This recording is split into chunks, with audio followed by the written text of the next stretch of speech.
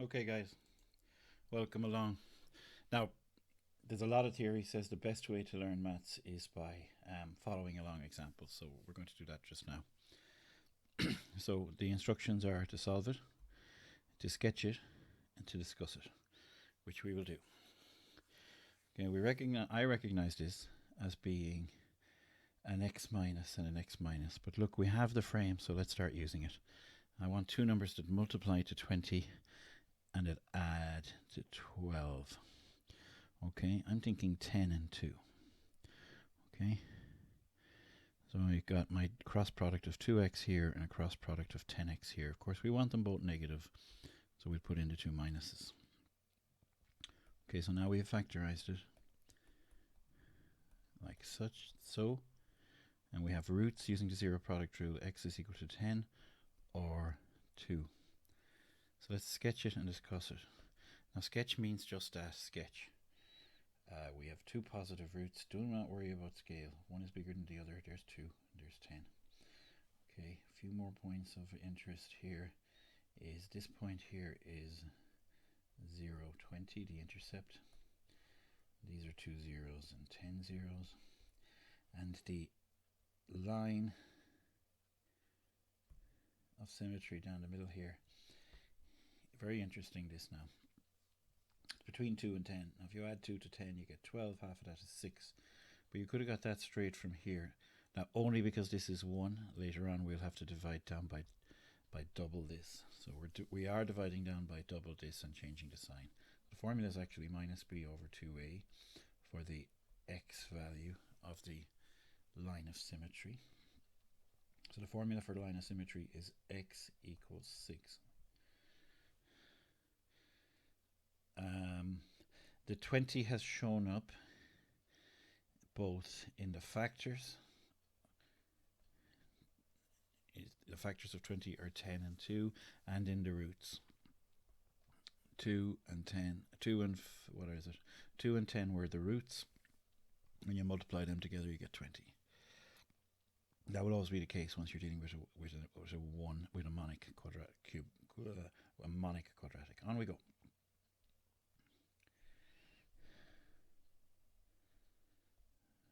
Where are all the hard ones? There they are there. Okay. So on the frame, we're looking to put x and x and two numbers that multiply to 8 and add to 6. That'll be 4 and 2. Okay, they're both positive.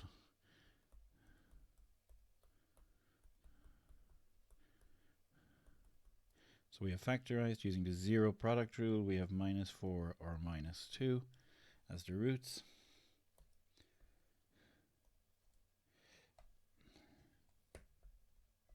A quick sketch indicates that this is 8. Notice, no matter, once you have a positive constant here, there's only the two signs, the two roots have to have the same sign, because you're going to come down through that, go through the x-axis, and then swerve around and come back up again, or vice versa. Left myself short of a few pens in the last few days, so here's another pen. Or you're coming down this way and coming back up again, if it's a minus middle. So it's kind of counterintuitive, but worth noticing, and this is why we're having this discussion. It's counterintuitive, but worth noticing that a plus here means that it goes to the negative side of the y-axis. Okay. The line of the line of symmetry down the middle here is at minus 3. I want to get my penmanship sorted out, hadn't I? And that's coming from half of this with the sign switched. Okay, so we can look at it two ways. Two numbers multiplied to 27. Now 27 is 3 by 3 by 3. It's a cube. Or we can look at it for two numbers that add to 12, but that's a foolish way to go, really, because there's many ways to do this. There's only one way to do this. So it's either 27 and 1 or 9 and 3. That's the only way we can do it. And 9 and 3 is just perfect for us, because 9 times 3 is 27, 9 plus 3 equals 12. So all the arithmetic is organized. We don't really need the frame at all now, but we'll just put it on anyway.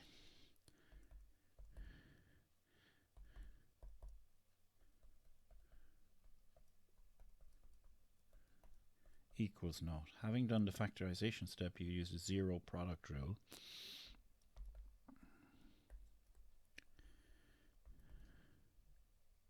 Or the zero product property to get roots of -9 and -3, with x equals -6 being the line of symmetry.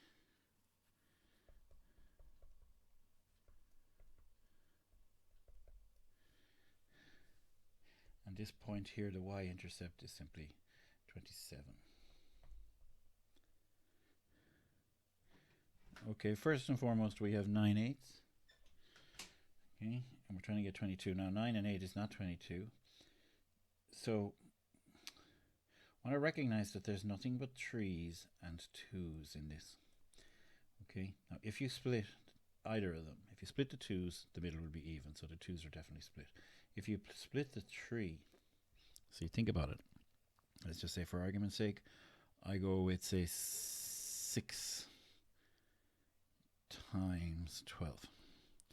That's splitting the 3. Well, then this has to be a multiple of 3 because there's a 3 in here, and this has to be a multiple of 3 because there's a 3 in here. Well, that means the sum or difference, in this case the sum, would have to be a multiple of 3, and it isn't. So the very fact that 22 is not a multiple of 3 tells you what to do with the 3 squared. It says you leave it alone. So it says don't even think about it. Think about it as 9. Okay. Now that leaves us with 4, 2, and 9. And you've got your 2 9's is 18 and 4. So we have found it in a roundabout way. You know, there's a little bit of juggling there. You can do this if you like. And you know, I'm throwing a lot at you, but that's the way it goes. We know we weren't splitting the 9, and we know the 4 and the 2 had to be split. So it's a question of figuring out, is it going to be 36 times 2? No way. Or is it going to be 18 times 4? Because you still have to combine 2 of them to make a single pair of factors. And there where you are, your opposite pairs there. Okay. So our frame now gets 18 and 4. The signs are positive. Look, help me out with the factors there. You know what I'm going to do there. And x is equal to -4 or -18. Got a value of 72 here, -18 here, -4 here, and halfway in the middle at 11 or -11 you have your line of symmetry. There's also a way to calculate the vertex point coordinates, and we'll talk about that later. Okay, so when you factorize 108, so first of all, 1 and 8 is 9, and you put this in your calculator. I'll show it to you because I'm afraid some of you may have forgotten this. You want to factorize 108 into its prime factors. Here we go. So we have 108, 108. In memory now, shift to factorized, and we get 2 squared 3 cubed. That's kind of cool. Each base becomes the power. Okay, so we have 2 squared 3 cubed. Now let's look at the 24. 24 is a multiple of 3, so we have to split the 3, and it's even, so we have to split the 2. So we know we're going to be having, you can start putting numbers here like so. You see, 3 cubed has 2 of them on their own together, and on one of them, even though I'm not finished distributing the 2's. Well, I know I have to distribute the 2's quite literally, so that has to be it. Okay. 6 and 18. Okay, and of course 6 and 18 has to add to 24. It has to be. No other way. Minus and minus. X and x. So x minus 6, x minus 24. Now, by the way, I'm working quite quickly here, and I would envision that you would pause often. I might improve the presentation a bit too with the size of the pen and stuff like that. X equals 6, but we're on a kind of a dilemma as to, do we wait around and get everything perfect, or do we just push on with it? And I think we're going to push on and get the course finished and give you every chance to do extremely well. So we've 6 and 24. Where are we? We're out. So here's in our discussion and our sketching. So we're out here, and that makes sense, because the negative middle brings you out here, gives you positive roots, 6 and 24. Gives us all the way. Now don't worry about matching scale between the y-axis and the x-axis. Better still, don't even worry about matching scale within the x-axis. Don't care whether 24 is really 4 times this distance. It doesn't matter. Really doesn't matter. You're sketching it to get a sense of the relative location of things. Here in the middle you're at 15.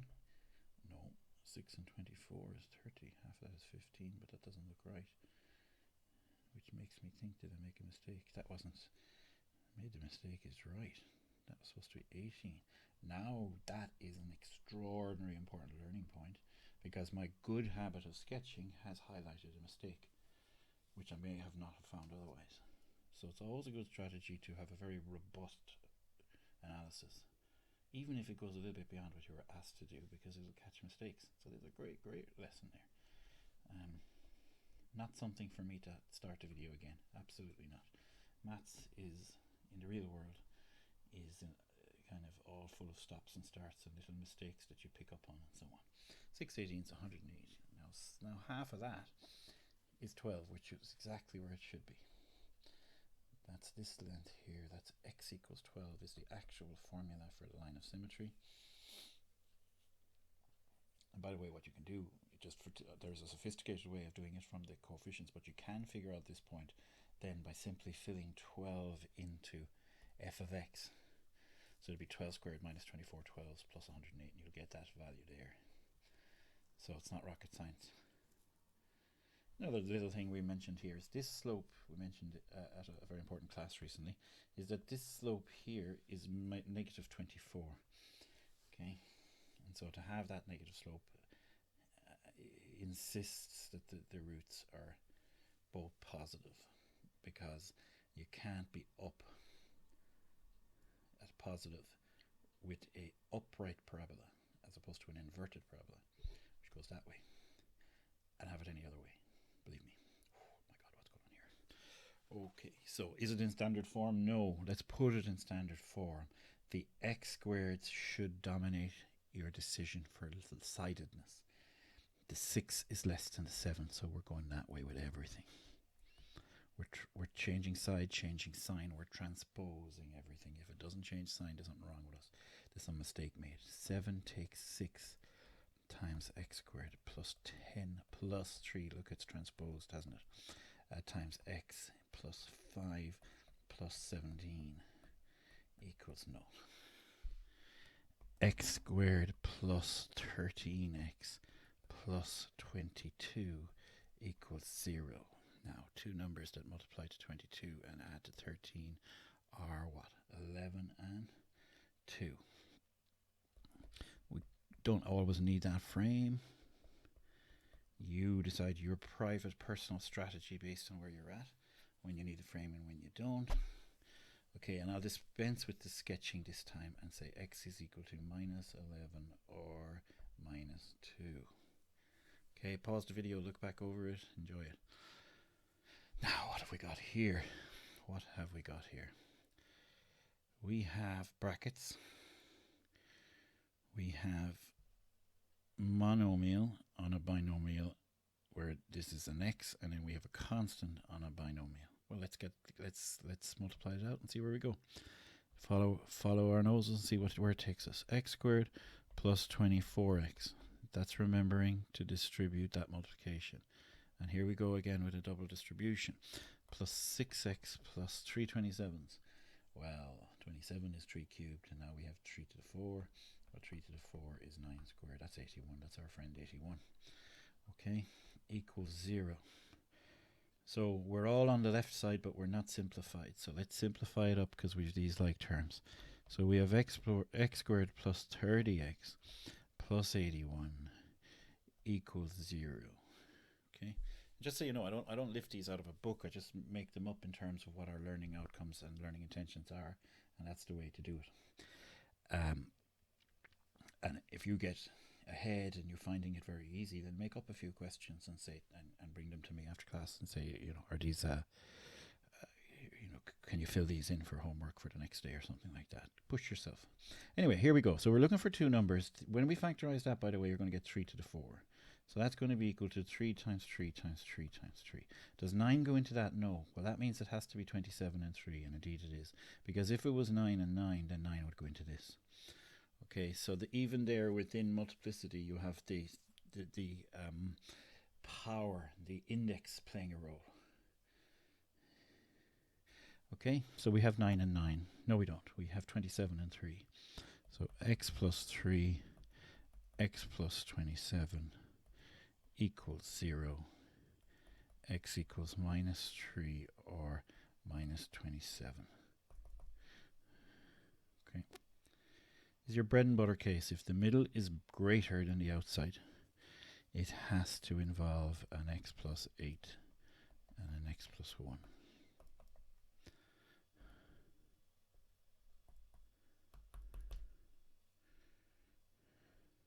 Okay, now we have a mnemonic. So what does it say? Relate the end coefficients, the 7 and the 3, to the 10, to the middle. Well, if you add them, you get the middle. Now, I still think, just to reassure you now, I still think the frame really helps us here, because if we put the 3 here, we see that product and the 1 coming along, the successor of the product. Whereas if we put it here, we see that the cross products reflect the actual numbers 3 and 7, the end coefficients, and they're adding to 10. So we're happy once we get to here,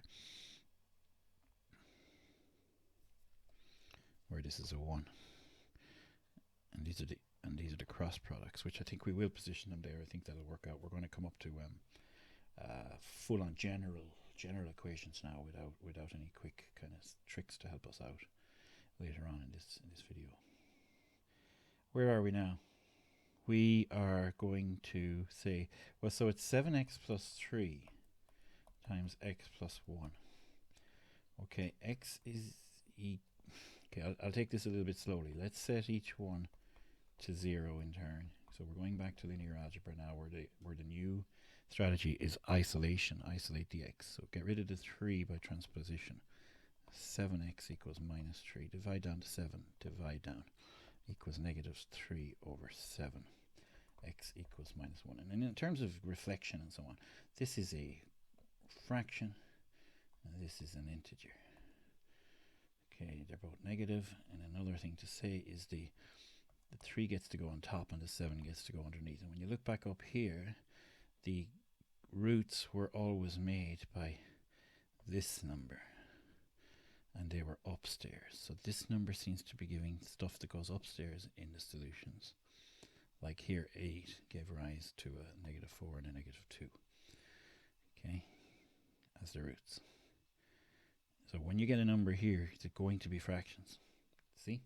Really important to understand this. I hope we're not all seasick from the way I'm moving this around. Oh my God, what's this? This is a fraction. What? I thought we were not allowed to have them. Yes, we are. So what are we going to do about it? Well, we're going to create an equivalent equation with the same solutions. If you multiply across by 3, what you're doing is this. You're taking a parabola that cuts. Okay, in this case it looks like this, but that's beside the point. It cuts the x-axis somewhere. And when you multiply it by 3, you're increasing what's called a concavity. You're making it steeper, making it go down 3 times further, and you're making it steeper. So this will be another one of them and another one of them. But that doesn't matter at all because the roots are the same. So despite the fact that you're changing the expression on the left, you're not changing the roots, which is what you're after. So we times 3 the whole thing. Okay, so we get 3x squared. Timesing 3 is that, and timesing 3 is that. Okay, then we have this quick check that I've trained you how to do. You always, when there's a plus here, have 2 tricks. Add to for the middle, and it doesn't matter about the sign because that just means minus minus, or multiply plus 1 for the middle. be warned, when this turns negative, it'll be something almost the same but slightly different. What it'll be is subtract for the middle, and it'll be product take away 1 for here, and we'll find the signs by using the frame.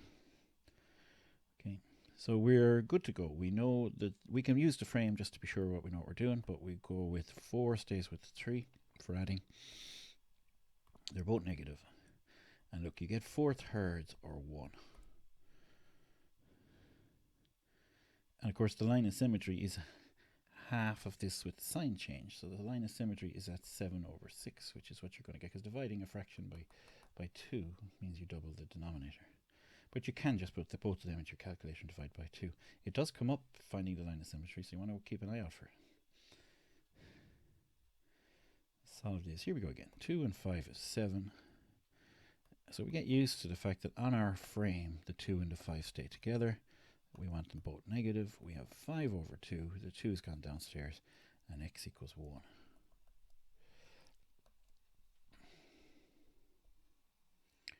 Oh, this is different now, because we have 2 5s. So now we have 2 5s is 10 and 1. The what's it called?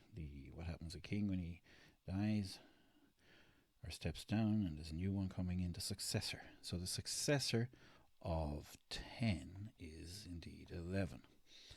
And we know why that is. We know that the 2x and the 5 have multiplied as a cross product.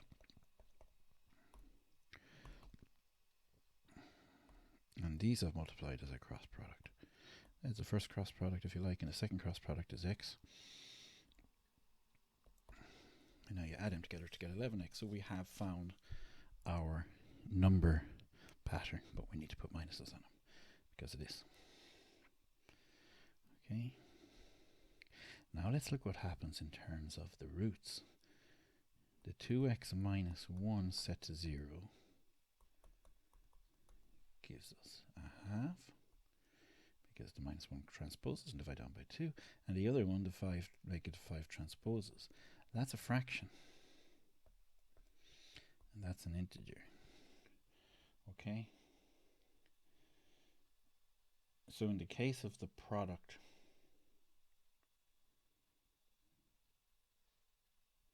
plus 1, we get a fraction and an integer. In the previous case, we also got a fraction and an integer. The difference was, in the previous one, we got what's called 2 and 5. We didn't get a unit fraction. We got a proper fraction, which wasn't just over 2 or over 3 or over 4 or something. But and the kind of outcome for that on the other one was this one was 1 plus or minus 1. Okay? So if it's summing for the middle, you're not getting a unit fraction, whereas here, if it's product plus 1, you're getting a unit fraction every time and an integer. We'd see it over and over again, and we'll become familiar with it. Okay, we're going to wrap it up there, and I'll do see other examples that are here later. Or indeed, there's only 2 more examples, so I'll just quickly do them to say we've them all done.